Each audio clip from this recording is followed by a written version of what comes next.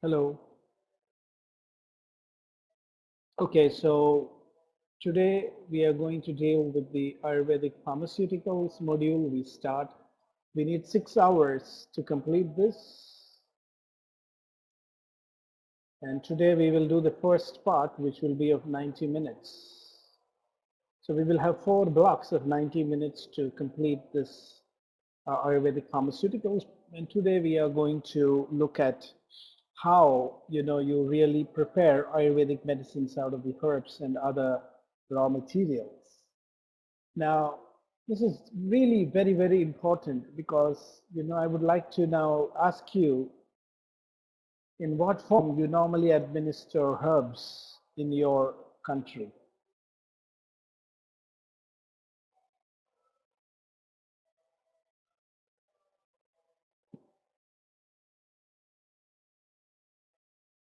Powder capsule.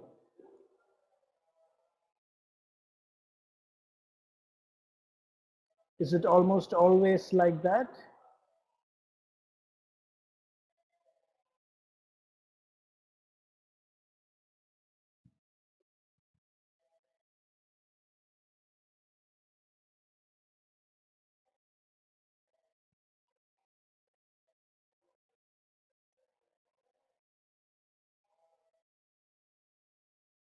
Okay, so the first principle that I want to tell is that the action of the medicines will change depending on how you prepare the medicine. So powder is actually very rarely used in Ayurvedic practice.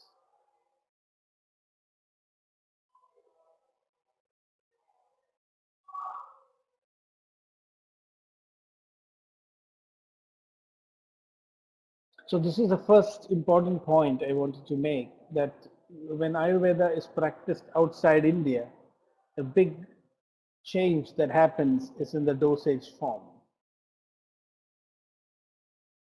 Very different from what is used in India.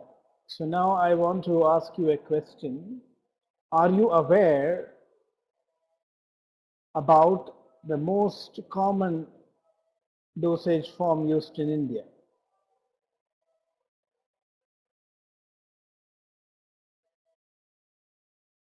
Any guess?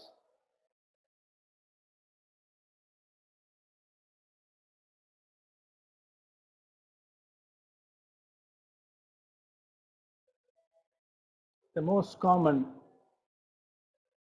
No, no. Dosage form means preparation. In what form the medicine is given, as powder, paste, juice, decoction.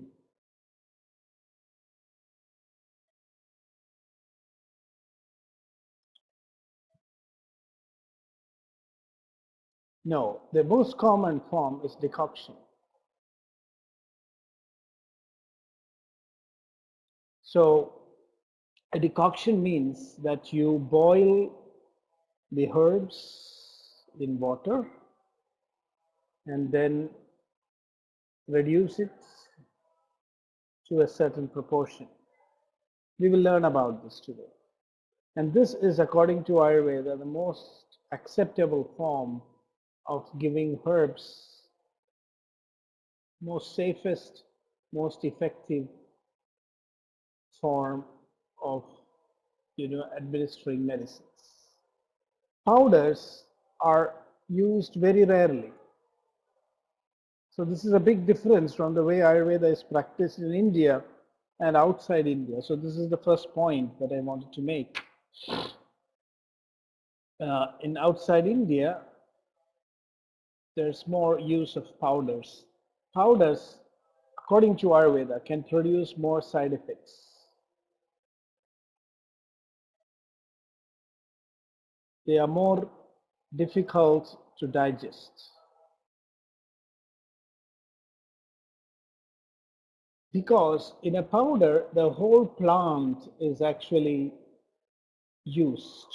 So many unwanted substances are also ingested.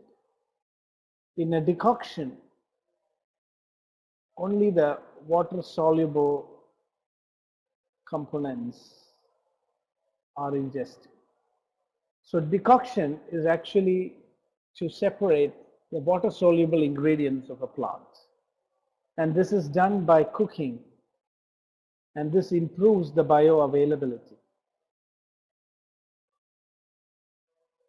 So according to Ayurveda, the medicines, the formulation will be much more effective if you administer them as decoction. So this is the first point I wanted to make today. The difference in the dosage form, which we see when Ayurveda is exported outside. From decoction, it becomes a powder.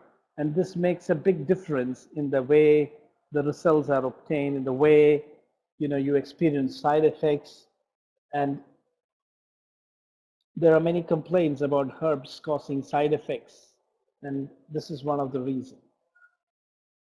So today we will look at the basic dosage forms. So before that, I want to review the steps in Ayurvedic pharmaceuticals. If you look at Ayurvedic pharmaceuticals, there are two steps. The first step is the formulation. This means that we do not use herbs singly in Ayurveda.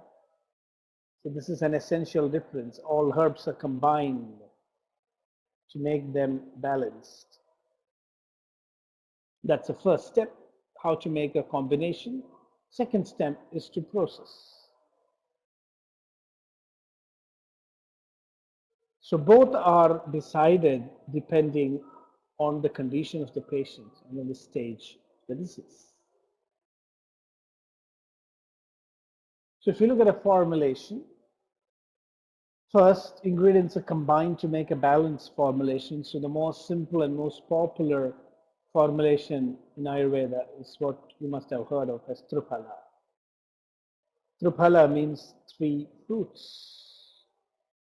This is one of the most popular formulations that is used in Ayurveda.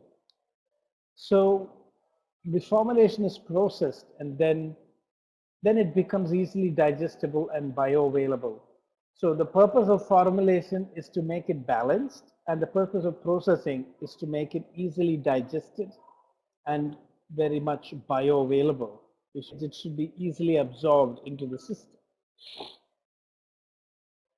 So if you look at the logic of the formulation, we have also discussed this a little earlier. We go into it a little bit more here now today. That in any formulation there is a main ingredient, and then we need the supporting ingredients. Then we may need sometimes to add taste makers, and then we may need to add bioavailability enhancers. So let's look at an example. I hope you are all aware of ashwagandha. Yes? So now I presume that you must be giving ashwagandha as powder, right?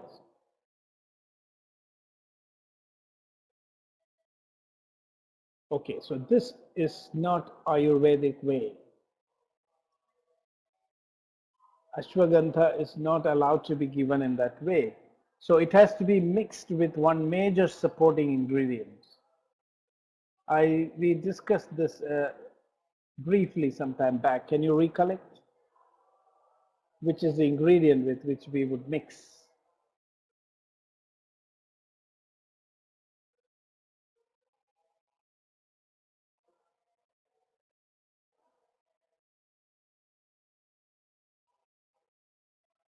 So we need to mix ashwagandha with either milk or shatavari, which is actually, just a moment, a brief interruption.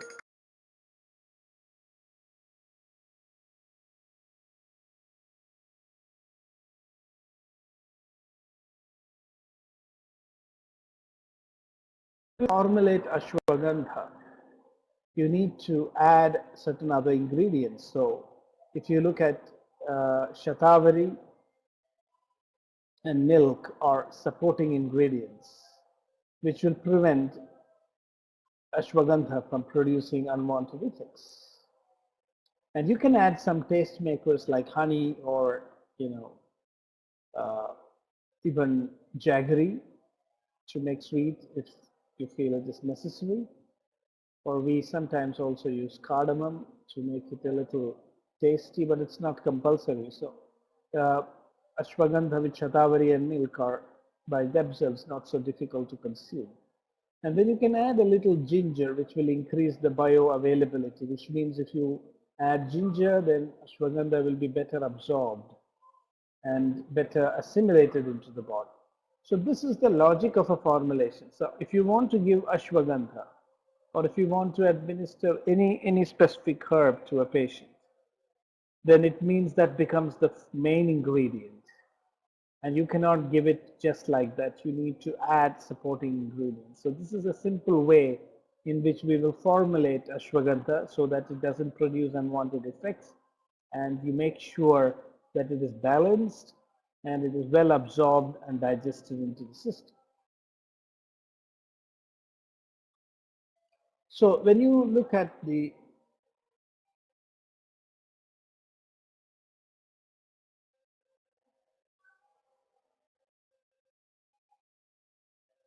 main ingredient acts on the dosha imbalance and the pathology of the disease. And the supporting ingredients and augment the action of the main ingredient. So this is the way the logic is made. And I hope through the illustration of ashwagandha, you got an idea about how a formulation is made. And once the formulation is made, then we have to decide in what form we have to prepare it and administer it to the patient. So is there any questions about the logic of a formulation? So I gave Triphala as an example of a very common formulation, and then I gave an example of how to formulate ashwagandha using Ayurvedic principles.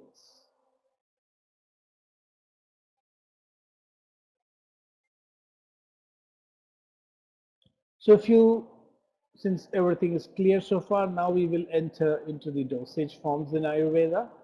Dosage form means, the final form in which the medicine is administered. I hope this is clear. Dosage form does not mean quantity to be given. Quantity to be given is the dose, and the form is the preparation. A dosage form means whether it's powder or decoction or paste and so on and so forth. So I hope it's very clear what we mean by dosage forms. So in Ayurveda, we have simple dosage forms and complex dosage forms. So the simple dosage forms are the first steps to also create complex dosage forms. So today we will basically discuss only the most simple dosage forms used in Ayurveda. And the purpose of today's discussion is to highlight the importance of dosage forms other than the powder to really get the best results from Ayurvedic formulations. Now, the simple dosage forms are otherwise called as the primary dosage forms, and they are combined with each other, and that's how the complex dosage forms are made. So simple dosage forms, I will give example, expressed juice of plants, powder, decoction, these are all simple dosage forms. Now, if you look at medicated ghee, medicated oil,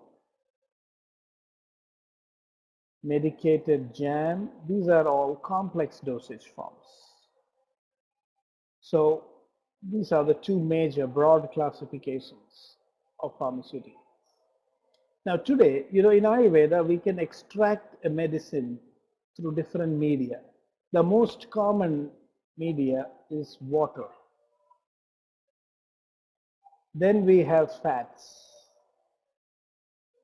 and then we have alcohol. This is very similar to modern methods of extraction. We have water extraction, which means water soluble, fat soluble,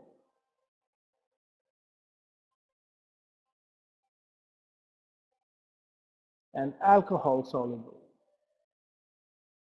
So you know it's a very scientific method of extraction. The whole pharmaceutical process in Ayurveda is based on this principle that the ingredients from the raw materials of the herbs that we use, they are some are soluble in water, some are soluble in fat, and some in alcohol. So if you prepare the same formulation as a powder or as a water extract or as a fat extract or alcohol extract, its actions will be slightly different. A powder will have the whole herb. So it is the most potent, most strong, but it will also have some harmful ingredients which may be difficult to balance. And that is why in Ayurveda we don't prefer powder always. Whereas a decoction will have only the water soluble portions. And a ghee or a medicated oil will have the fat soluble fractions. And a medicated wine will have the alcohol soluble portions.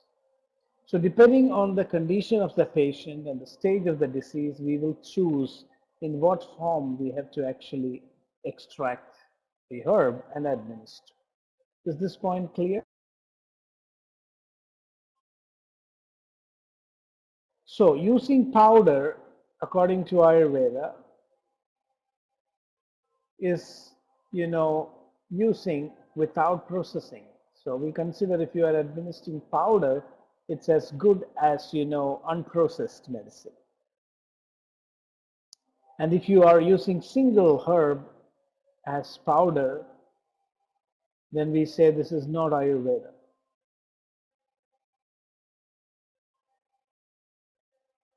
This is crude herbalism.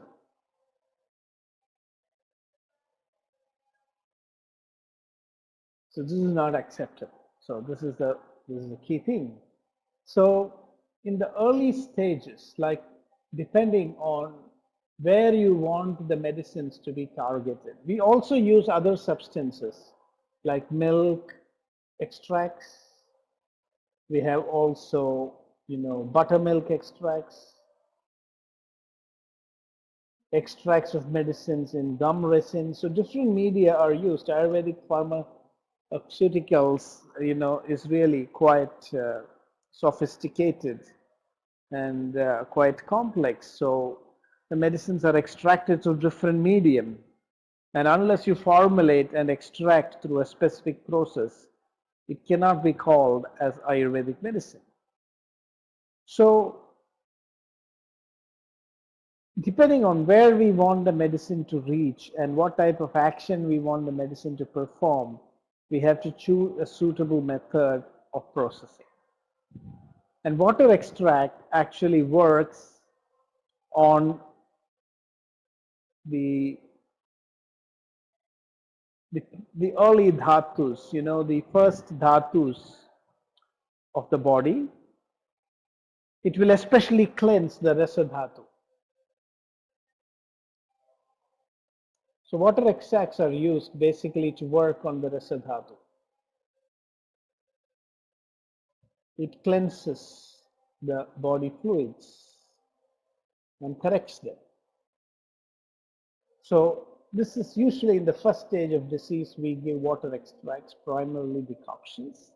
And once the tissues, the external environment of the tissues, the watery elements get stabilized, then we move on to ghee extracts, which is fat. So the fat soluble extracts take the medicine to the deeper dhatus. The,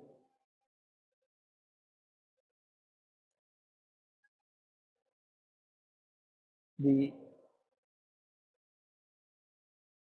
the organs and the tissues which are, so if you want to nourish them, then we have to give the medicine as ghee. So generally speaking, in classical Ayurvedic medicine, our treatment goes through two stages. In the first stage, we give decoctions, and in the second stage, we give medicated ghee. All other formulations are used in between. Now, if you want the medicine to really move very fast and all over the body, then you have to give alcoholic extracts. This is acting very fast, and it will reach anywhere, everywhere. So we have what you call as medicated wines, which are used in emergency situations where you want a medicine to work very fast and reach all over the body very quickly. Otherwise, we use water extracts. So the active part of the ingredients get dissolved in water, and there are many, many methods of water extraction. So the most simplest and crudest form is herbal powder, where the whole plant is dried and then pulverized to make an extremely fine powder. That is the most crudest form. The next simple form are the water extracts, and there are 5 common methods of water extraction.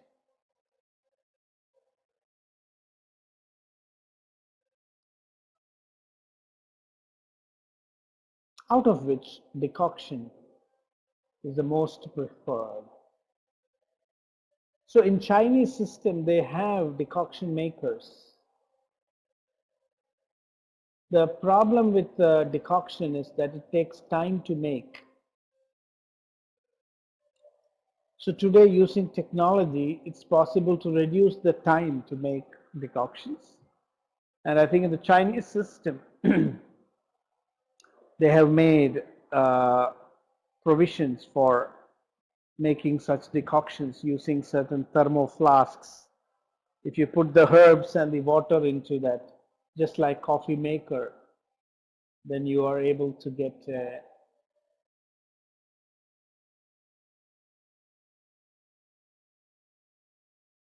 a decoction ready just like we make coffee.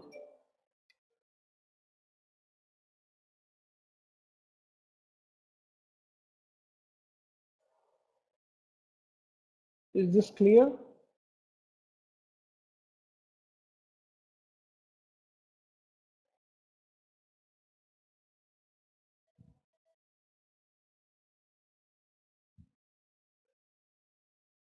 Okay. So let's now look at the 5 methods of water extraction. And the first and foremost is what is called as the Expres juice. Means you take a fresh plant and then crush it and take the juice. So here you can see the 5 water-based methods of extraction is Expres juice, decoction, paste, hot infusion, and cold infusion. So today we are going to learn about these 5 methods and how to do them according to the principles of Ayurveda. Has any of you used the expressed juice in your practice? Do you make fresh juice of plants and administer? Okay, so we cannot do this for every plant, only those, okay, so this is very, very, very important. So you know coriander leaves, we can use fresh juice of coriander leaves. You can use fresh juice of Centella asiatica. Do you know Centella asiatica? It's called as Mandu Kaparni.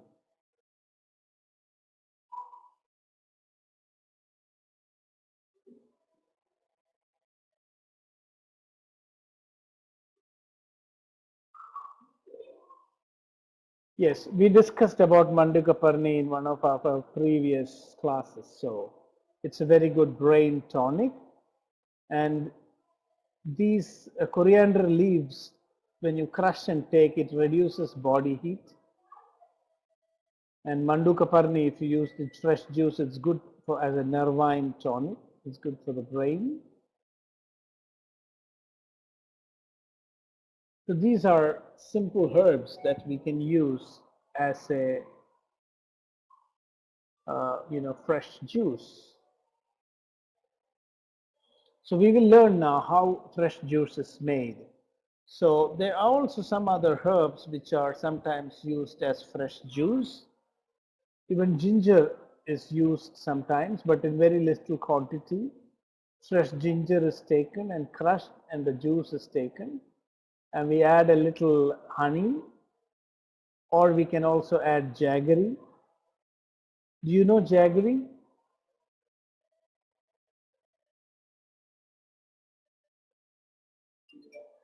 Yes. So jaggery and ginger juice is a very, very powerful combination in Ayurveda. So like this, there are many, many such fresh juice preparations that we make and administer.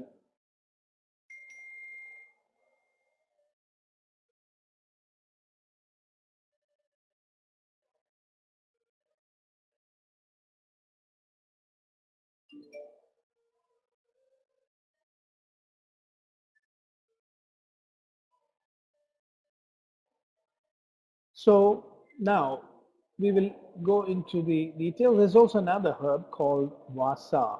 I don't know whether you've heard of this. Vasa is in Ayurveda a very important herb used for bleeding and in cough. It's called as Adatoda Vasika. So this is now also used popularly in many herbal formulations. Okay, you can check that herb online and you will get. So the fresh juice of this plant is used to control cough as well as bleeding. So the leaves are used. So these are some of the examples of fresh juice being used in Ayurveda. However, it's important to note that fresh juice is not always preferred because it is heavy to digest. And it is actually very strong, though not as strong as a powder, but sometimes also quite strong because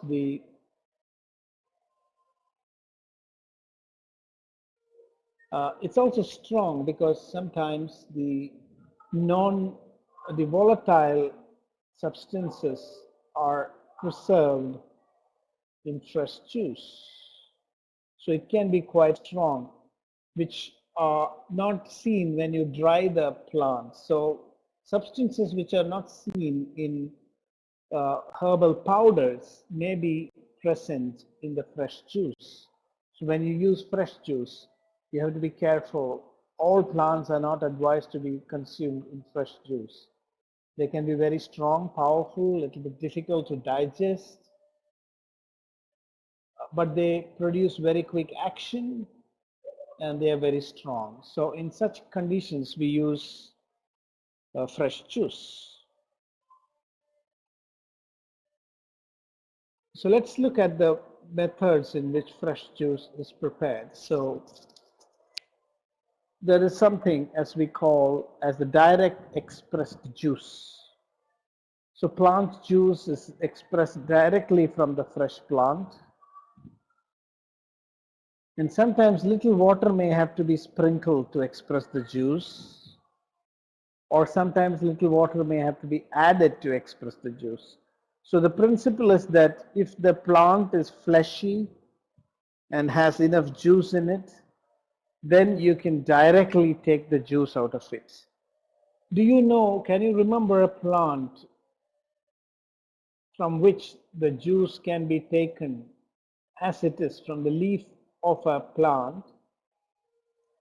We can get the juice without crushing. Exactly,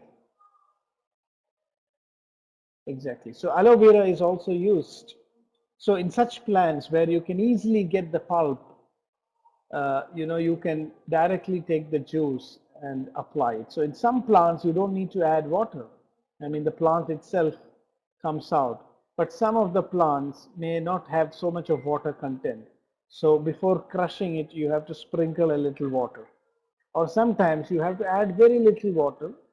And after that, you can crush it and get the juice. So all these three methods are accepted, and we have to decide which method to follow depending on what type of herb we have with us. So you can, as a practice, you can try out making these juices. So which are the herbs that you might have which you can try out?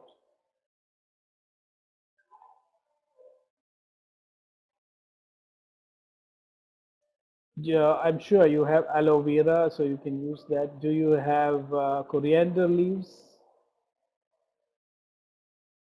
So I would recommend that you take some coriander leaves and try. It's very important to know this practically. How much juice you will get directly from fresh plant, and whether you needed to add some water. Is it if you sprinkle a little water, or do you really have to add a little water? So you can try out some herbs, and it's very important for us to know which herbs you can get enough juice directly and which ones you have to sprinkle or add water.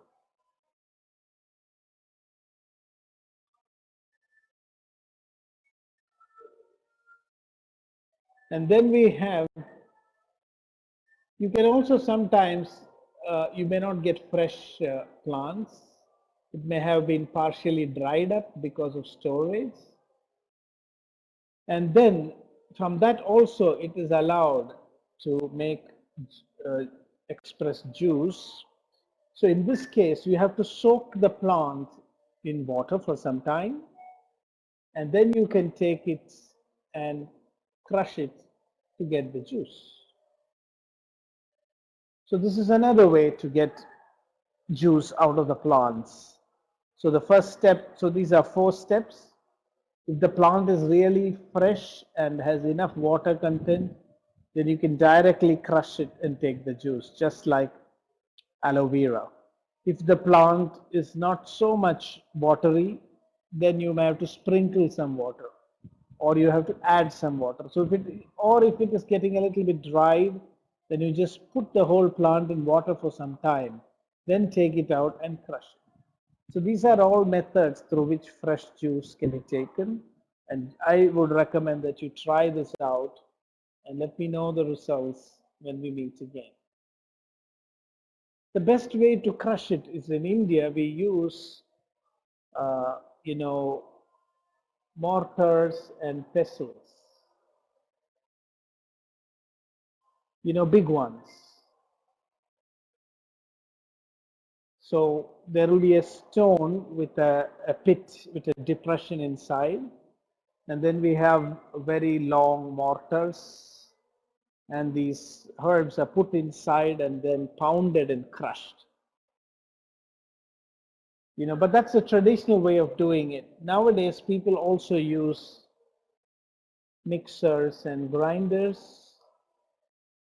They chop the herb and put them into mixers or grinders, and then they take the juice. So you have to filter. The very important thing is that the juice must be filtered before use. So what I want you to really understand is that some herbs are given best as fresh juice. Some herbs are given best as decoctions. In some conditions, you have to use fresh juice.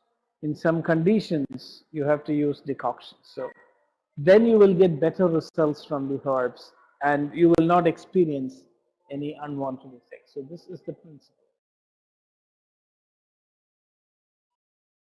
I hope this is clear.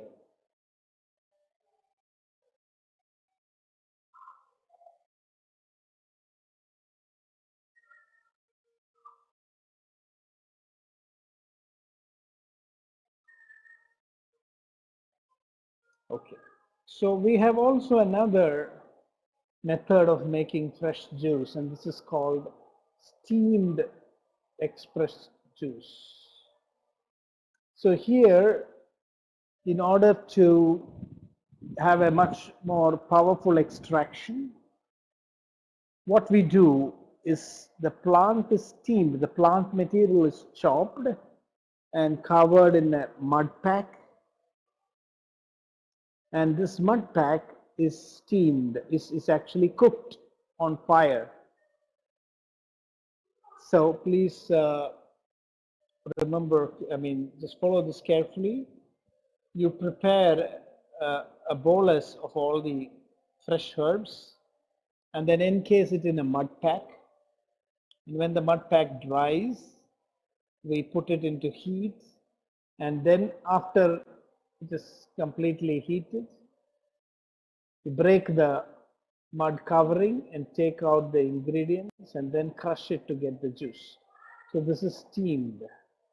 And when it is steamed like this, the extraction is much more powerful. You get more stronger ingredients out of the herb. And when you want the medicine to reach the deeper tissues, for example, when there are diseases of the lungs, and you want to give medicines that will penetrate into the lungs, then sometimes a steamed express juice is prepared. So today we also have pressure cookers. So we could use that as an alternative, although it will not be exactly as the way it is prepared in.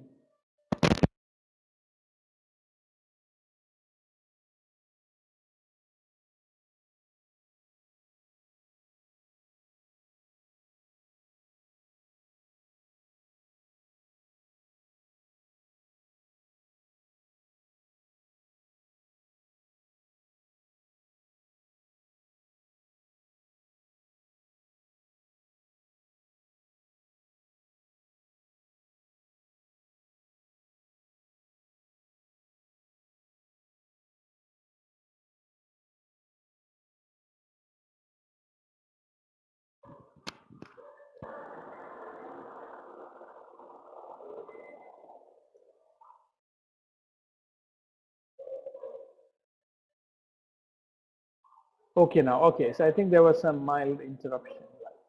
So we have learned today 5 methods of taking juice out of the plant.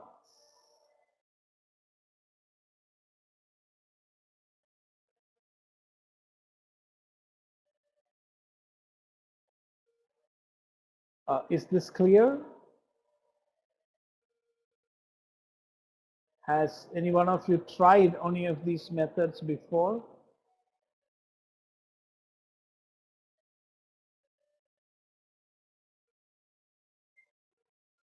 Okay, so I think you can go straight away to the kitchen and try some of these methods to get a feel of how this is done. You could also do some simple experiments, not with very powerful herbs, but you could try, using the powder and the juice, and you can feel the difference. So this will be very helpful for you to understand the therapeutic action of different methods of processing, and help you to also choose specific plant methods of preparation when you want to advise it for patients. So express juice of plant, the limitation is that it's very strong, but it's very heavy to digest. The advantage is that if you want some ingredients that are lost when you dry, because when you make powder, some ingredients are evaporated and get lost.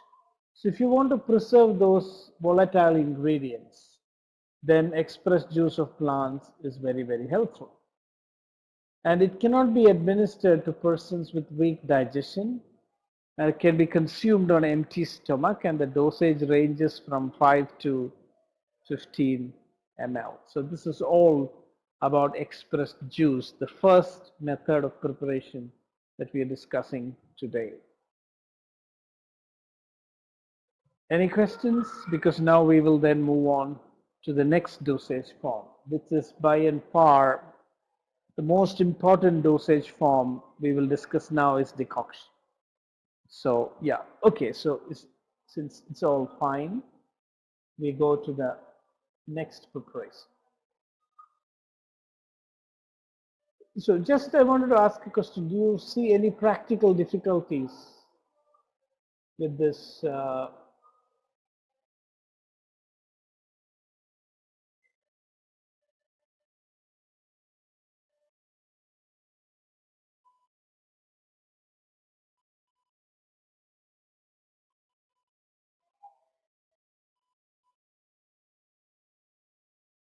Yes, you can just think about any difficulties that you might face while preparing this. You can even try this. Okay, so you mean juice will be better accepted?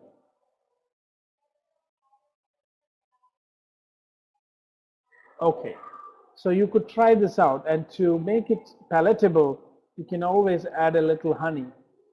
Like if you get good honey, then it will be good.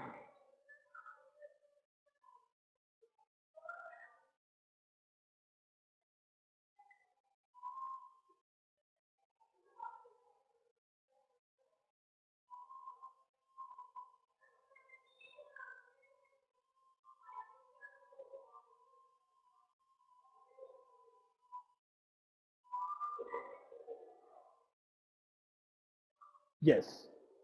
Okay, so then we move on to decoction. So decoction is, as I mentioned, the most important form of medication in Ayurveda. And here, to make a decoction, you have to boil. You have to take the herbs in a specific proportion, and these herbs will have to be dried first, and then you chop them, and you add a specific quantity of water, and then cook this mixture till the water is reduced to a predefined quantity. So the proportion of water and the herbs would depend on the hardness of the plant materials used. So this is, as I mentioned, the most preferred form of administering herbs in Ayurveda. The only limitation here, the only difficulty is that you need to chop the herbs, dry them, and then you need to wait till it's cooked, you know. We can use coarse powder, not fine powder, because the final decoction should be clear liquid without any dissolved particles. So if you use very fine powder, then what you will get is actually a mixture of the powder and water. You will not get a clear liquid extract. If you make a decoction properly, then it is like tea, or it is like, it will be just like clear water. There will not be any suspended particles. So that is why if you powder your herbs too much, then it becomes a mixture of suspended particles, and then that is not acceptable. Okay, so now we will see the different methods of preparing decoction. So just like there are many ways to make fresh juice, there are also many ways to make a decoction.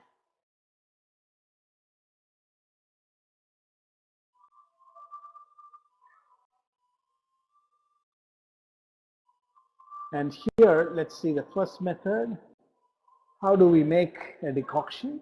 All the plant materials should be cleaned, dried, and chopped into small pieces. So this is something which we can do beforehand. You don't have to do this just before you're making the medicine. You can have all the plant materials cleaned, dried, and chopped into small pieces and packed and kept ready. They could all be kept separately. And then based on your formulation, you can take enough quantity of each of the herb and mix them. And you make sure that all dirt and contaminants are removed. And the material should be dried before use. And now in the next step, we have to add water. So the principle here is that you have to judge the hardness of the herb that you are using. So there are three grades of hardness. There are the very soft herbs, which even when you dry it, they are looking very soft. They're not very hard. Then we have the moderately hard drugs. So if you take, a herb, can you think of an example of a soft herb which is available in your place? For example, if you are going to use Mandukaparni, which is a herb and it is soft. It never becomes hard even if you dry it. So in this case, you have to add 4 times water. So if you take one part of the herb, you have to add 4 times the quantity of water, and then you have to boil it till the water gets reduced to 1/4. So I will tell the little later, I will explain the actual proportions that I used. So if you have a moderately hard substance, an ingredient, then you take one part of the drugs and boil it with 8 times water, and then you reduce it to 1/4. And then if you have really very hard drugs, then you have to boil it with 16 times water, and you have to reduce it to 1/8.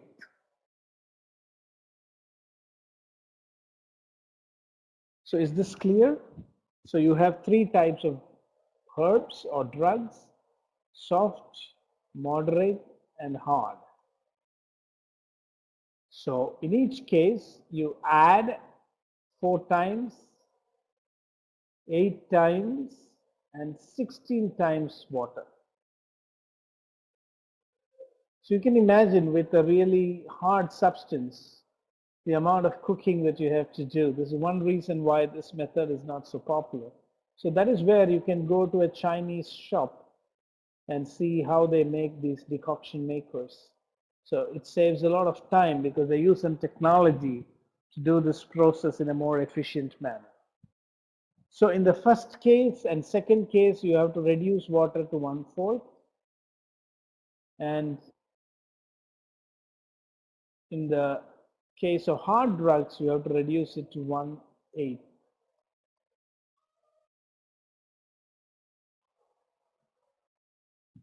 So this is how the proportion of the water and the ingredients are, taken. Is this clear? Did you ever try making a decoction?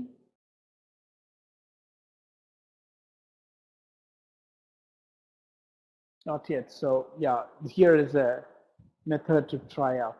And these proportions are really very important. They have been optimized by centuries of experience, that they found that the extraction, if you overcook it or undercook it, then its potency will not be correct. So you have to add the exact proportion of water and the ingredients. And so this is a very important table. Now, another important thing is that the drugs should be boiled in moderate fire. I mean, you're not supposed to put it into blazing fire. The heat should be slowly increased, and strong fire should not be used for making the decoction. So if we want to cook the herbs very fast, we might want to put them in high temperatures, but this is not recommended because at high temperatures, some of the ingredients will be affected. Some of the ingredients in the herb are what you call as thermolabile, which means they cannot tolerate heat beyond a limit. So since they are not heat stable, if you heat too much, then you will lose many important ingredients. So for all these reasons, the Chinese decoction makers seem to be a good alternative. In India, what is done is that these medicines are prepared beforehand and bottled with preservatives. So that is the problem, that these decoctions don't stay for more than a day. Within one day, they go bad. So the only way to keep them for long-term use is to use preservatives. And this is not considered as very advisable because sometimes preservatives can cause acidity and other discomfort for the patient. Uh, so when you bottle these decoctions and add preservatives, they can stay for longer period.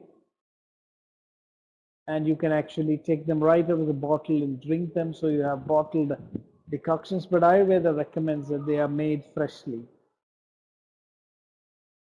So I will come to some practical aspects of how we can adopt these dosage forms in our day-to-day practice, but let's first finish our descriptions of these different dosage forms. So after the cooking process, the prepared decoction has to be filtered.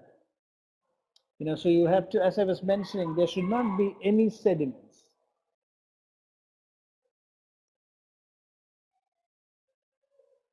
All the sediments should be removed and we must get a clear liquid.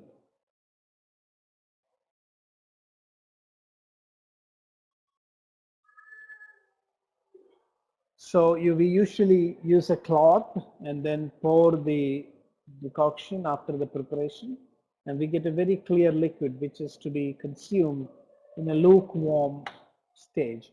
So if you're making the medicine in the morning, we can use it in the remaining portion in the evening, but you cannot keep it for more than 12 to 15 hours. And you need to keep the decoction in a warm condition. Today we can use the flasks, thermoflasks, to keep the medicines warm.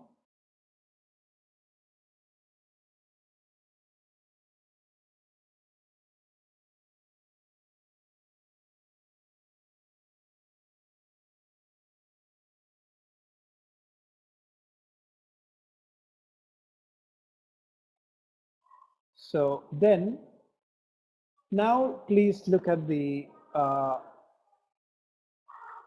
quantity.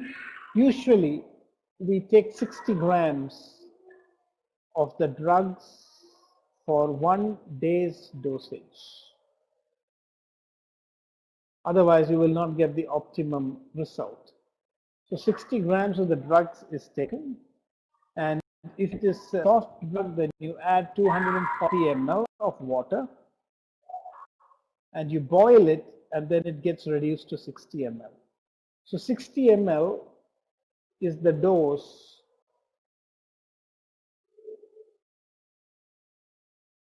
is 1 dose of the medicine. So when you prepare in this way, you have medicine for just 1 time, and you have to repeat it again second time if you want to give a second dose. So usually decoctions are given twice a day on empty stomach.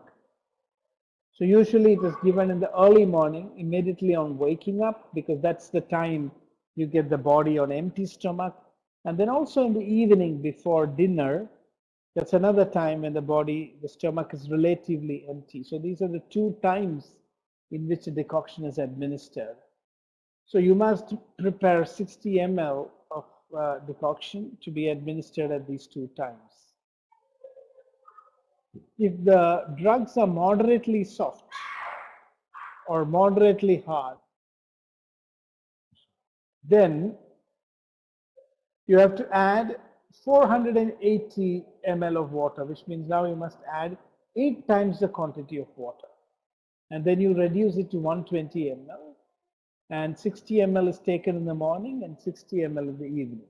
If the drugs are very hard, then you have to add nearly 1 liter of water and reduce it to 120 ml. So this can be very time consuming.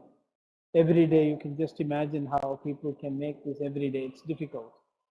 You have to boil 1 liter of water and reduce it to 120 ml. It can take quite a bit of time. So this is the logistics and the quantity and proportions for the preparation of decoctions. Is this clear? Do you have any doubts?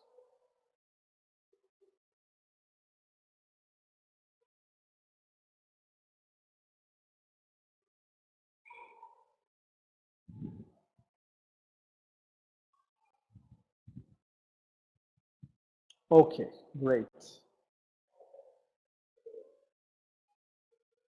So now we go to the next dosage form, which is a paste. So sometimes medicines are administered as pastes, and this is also actually a variant of powder, because you can make a paste by mixing powder with water. But the difference here is that the paste that we talk about has to be made by grinding till the paste becomes like butter. So this is really very, very important. If you can try with a few herbs, some practical sessions, you can see how long it takes actually to grind the paste till it becomes butter-like.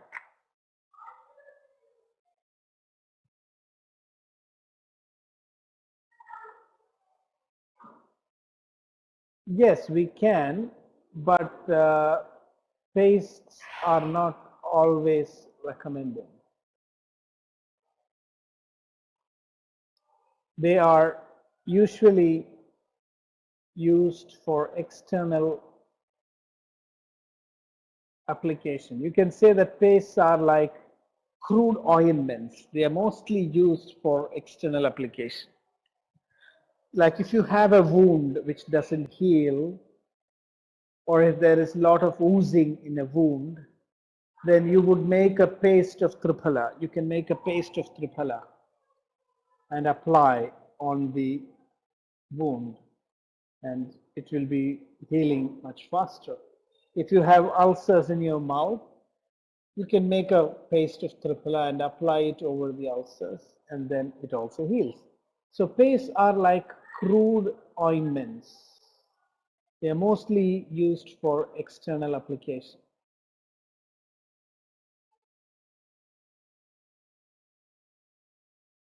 Yeah, like powders, you can also uh, I will come to another tomorrow. It's not there in today's class. In our next class, I will also explain how you can use powders in more creative ways. But today we have only the simple preparations. So if you have ended up with a lot of powder, then in our next class, we can learn how to put powders to better use. So you don't have to worry. But whatever we are discussing today, here the use of powders is very limited. In pastes, you can use powders, but these are mostly used for, as I mentioned, external application. So if you have inflammation on the joints, like in rheumatoid arthritis,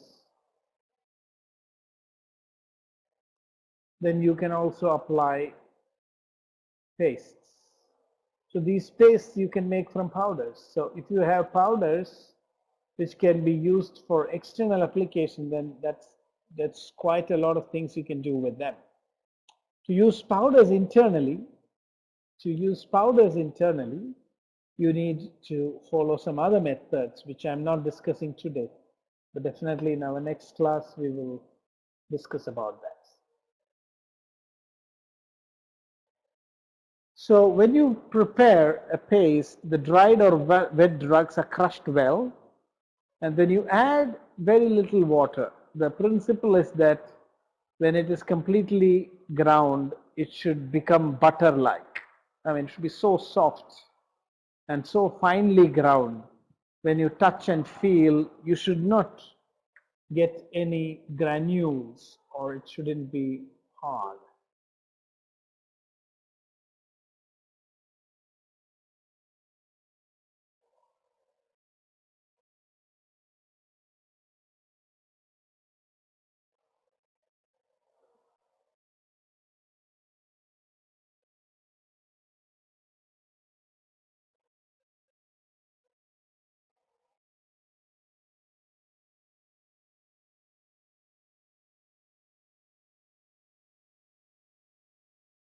Okay, so now the dosage and administration of paste. Uh, the paste of herbs is heavy to digest, as I mentioned, so mostly we will use it for external application. And 5 to 15 grams are administered depending on the digestive strength of the patient.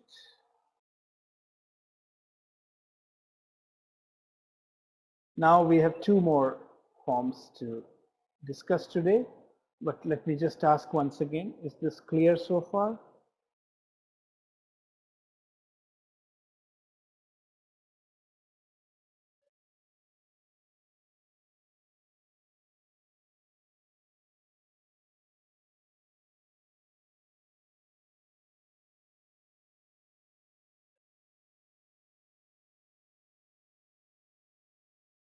Is this clear so far? So we have just two more dosage forms. I'm just taking it very carefully because I'm aware that from my experience, these dosage forms are hardly used outside India. So this may look a little bit new and may also, you might find initially, it may not look so practical, but these are very important to bring proper results in our clinical practice. So when we go into the therapeutics section after our pharmaceuticals, we will also get a better idea of where to use which dosage form. So where to use a paste, where to use a powder. That will become more clear when we look at treatment of specific diseases, which is going to come in a future webinar. So this is the dosage form. We cannot give it in very high dosage because it's very powerful. And now the next one is a hot infusion. So what is a hot infusion? Hot infusion is made by keeping the powdered drugs in hot water. So here is a way to use your powders. But of course, in this condition, for hot infusion, you don't really need fine powder. You need only a coarse powder. So if you have very fine powders,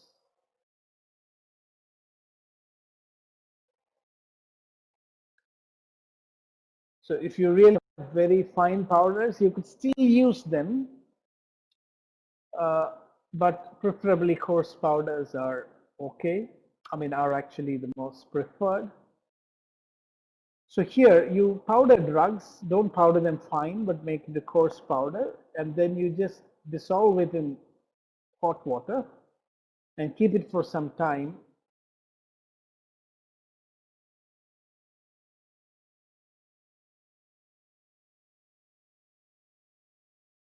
And then you filter and use it. So this is very much like making tea. So this is an area where we can also make herbal teas. This is what is called as a hot infusion. Do you use herbal teas? I think this is something which you are all using in the West quite a lot. Yes, so this is another way to administer medicines. The only thing is it is not as potent as the decoction, but it is an alternative. So instead of giving powders, you can make stronger herbal teas, which is an alternative for powders and also for decoctions. So this, I think, is a very important dosage form.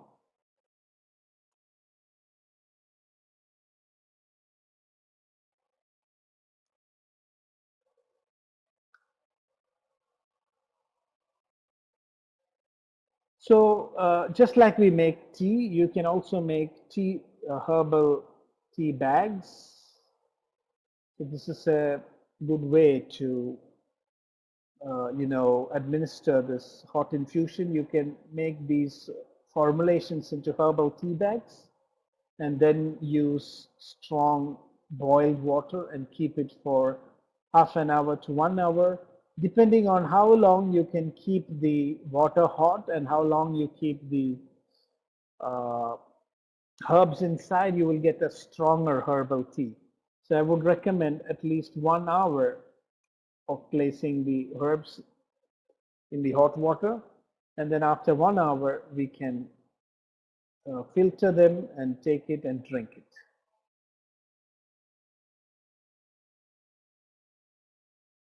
So if you look at the preparation of ingredients for a hot infusion, first the drugs are dried and powdered, and here again I mean powdering means coarse powder, not fine.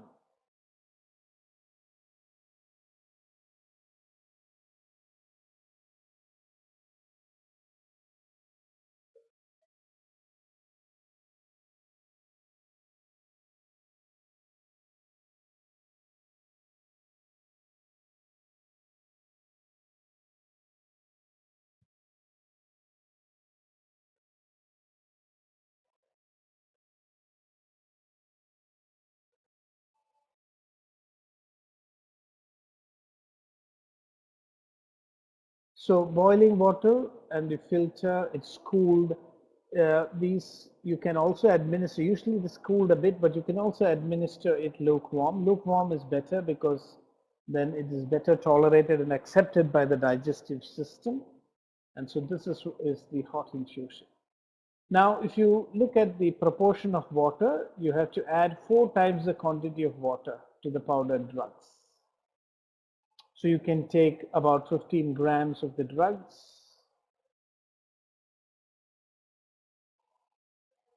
and then you can add 60 ml of water.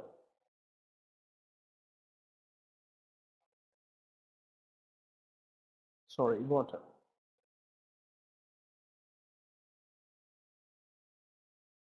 So this is the proportion of the water. And then the dosage and administer, this is easy to digest. You can administer the dosage of 20 to 30 ml, and you can even give it up to 60 ml. And if you dilute if it is a very dilute herbal tea, then you can even administer up to 100 ml. This can be administered twice a day or thrice a day, depending on how strong you want the medicine to be. So is this clear, hot infusion?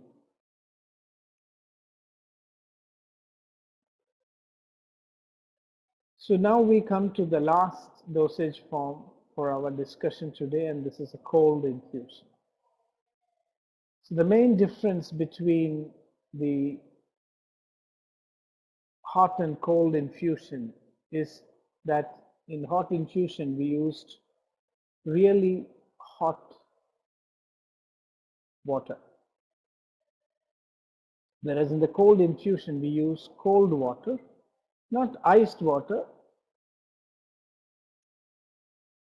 but water in normal room temperature. And in a hot infusion we keep the mixture only for about an hour, but in a cold infusion we have to keep the mixture overnight. It has to be kept throughout the night. So you keep this in the evening, late evening, before going to bed, and then in the morning we take the solution, filter it, and then drink it. So can you tell in which dosha this dosage form will be helpful?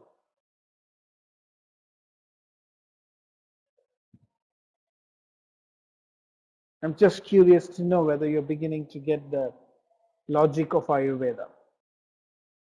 Cold infusions can be administered in which type of dosha? Now, which dosha exactly? So, fantastic. So you can see that when there is extreme pitta in the body, then you may not be able to use a hot infusion, you cannot use a decoction, you cannot use these because they are all extremely potent and powerful. And then when a cold infusion is really very, very helpful. So we have seen this very useful in certain types of fevers, in alcoholism. So this may be very interesting for you to know because, de-addiction therapies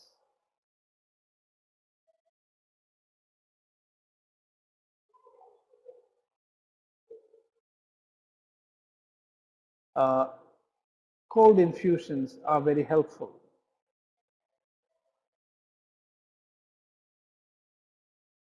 But the problem is cold infusions cannot be given when there is more vata in the system. If vata is excess, you cannot use a cold infusion. And if you have flatulence and a cold stomach, when your food and bowels, if you have constipation, then you cannot use a cold infusion. So I hope you're able to beginning to understand that in Ayurveda, a dosage form is decided not just by convenience, but it's decided on the basis of the condition in the body, on the condition of the doshas, on the condition of the digestive system, on condition of the bioavailability and things like that. Since it takes longer time for the ingredients to dissolve in cold water, that is the reason why cold infusions have to be kept overnight. Do you have this practice of making a cold infusion in your practice? Have you done this before?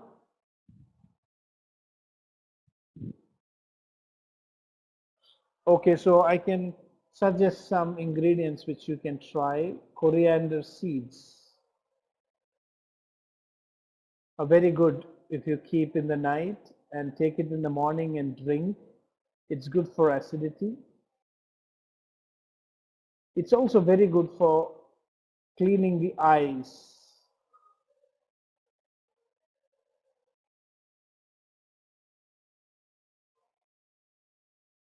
You can use it to clean and cool the eyes. So you take this water that has been, in which you have put coriander seeds, keep it overnight, take it in the morning, filter it, and if your eyes is very tired, fatigued, if there's so much of heat in the eyes, if there's redness in the eyes, and then you can pour this coriander water on the uh, in your eyes as eye drops or as a wash, and then the results are excellent.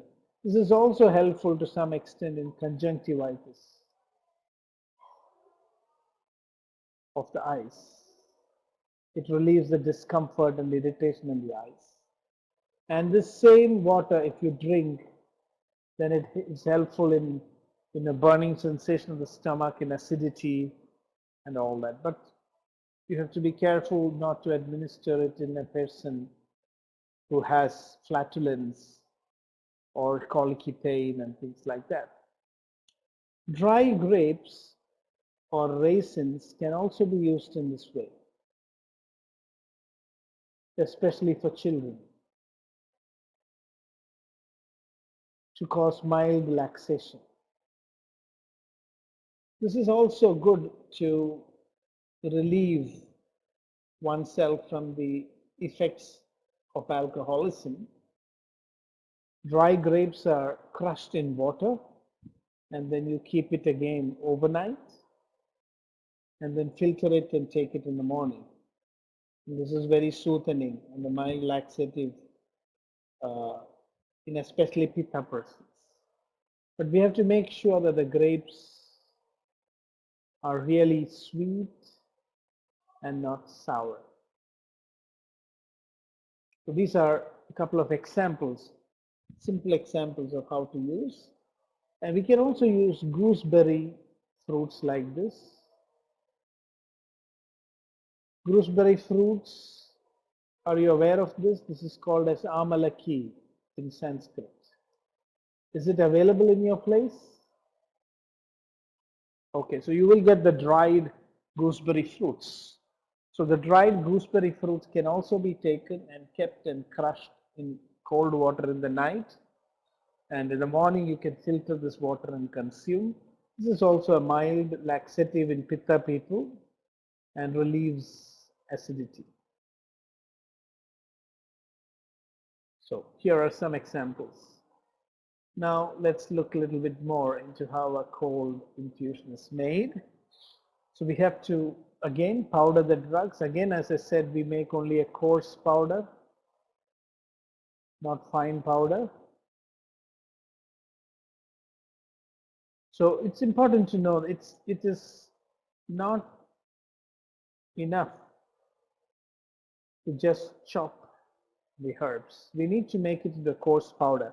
When you're making a hot infusion or a cold infusion, you need to powder the herbs a bit. When you're making a decoction, you don't have to powder. You just need to chop. It's because in a decoction, there is more heat. There is more heat working on the preparation, on the water. There's strong heat that will boil the herbs. And so you get it. The extraction is more effective. But when you use hot or cold infusion, if you don't powder the herbs a bit, the extraction really doesn't happen. So we make coarse powder, soak in cold water and kept overnight and filtered. Again, just like in hot infusion, there should not be any suspended particles. This is really very important. The filtered solution should be very clear.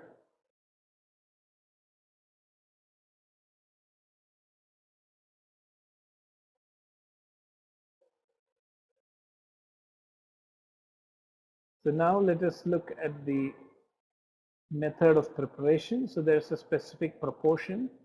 So here we take about 24 grams of the medicine, and they are made into a coarse powder, and we have to add 144 ml of water. So if you look at the proportion,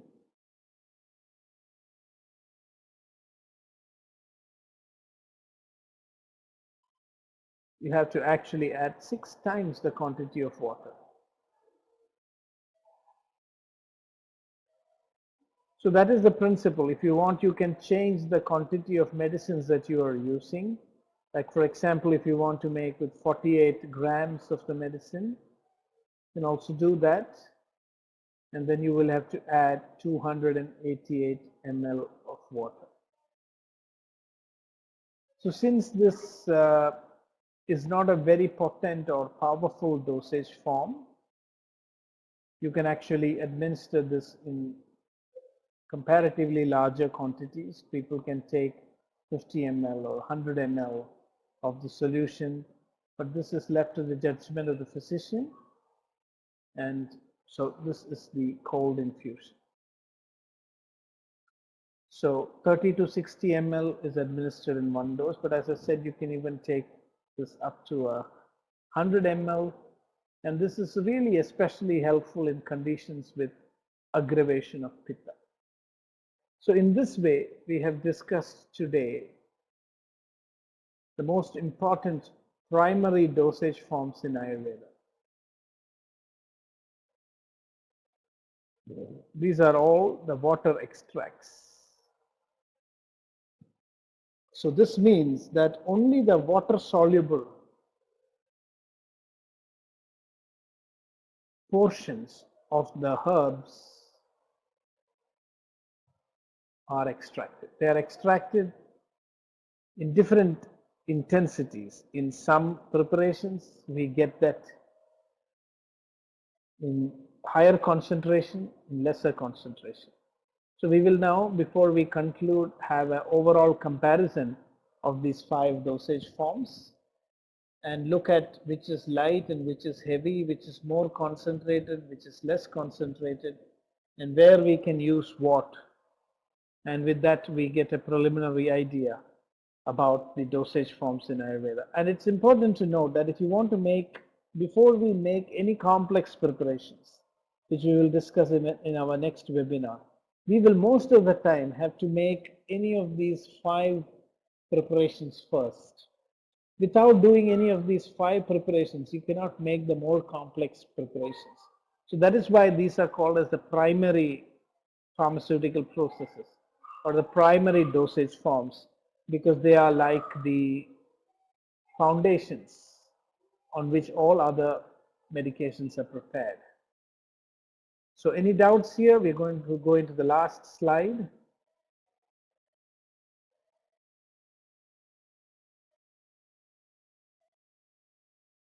Okay, great. So then we move on to our last slide for today. Is a comparison of water extract dosage forms.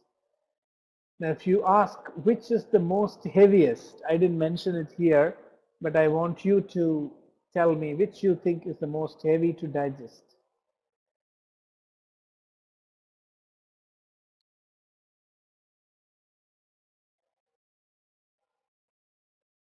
Can you guess?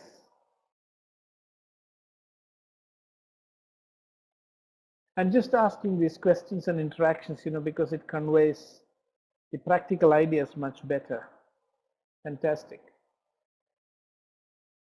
So you're right. So the paste is the most heavy to digest. But the advantage is that the paste is also the very potent. So it is very strong. So if you have a good digestive system and you want a strong action, then paste is an option.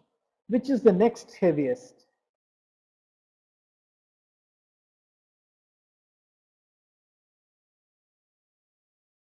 Can you guess? Great. So this is it. This is the logic. So you can see Ayurvedic preparations are based on sound logic. And once you know the logic, you will be able to decide where to use what. So here we have paste is the heaviest, then express juice is the next heaviest. And now I like to ask another question, which is the lightest?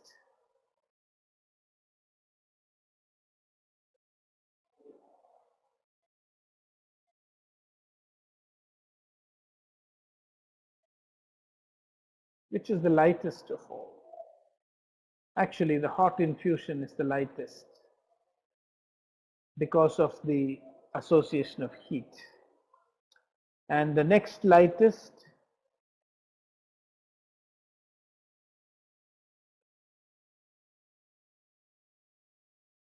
this is a bit difficult because, yes, we would prefer a decoction because it will cause less, problems in the stomach.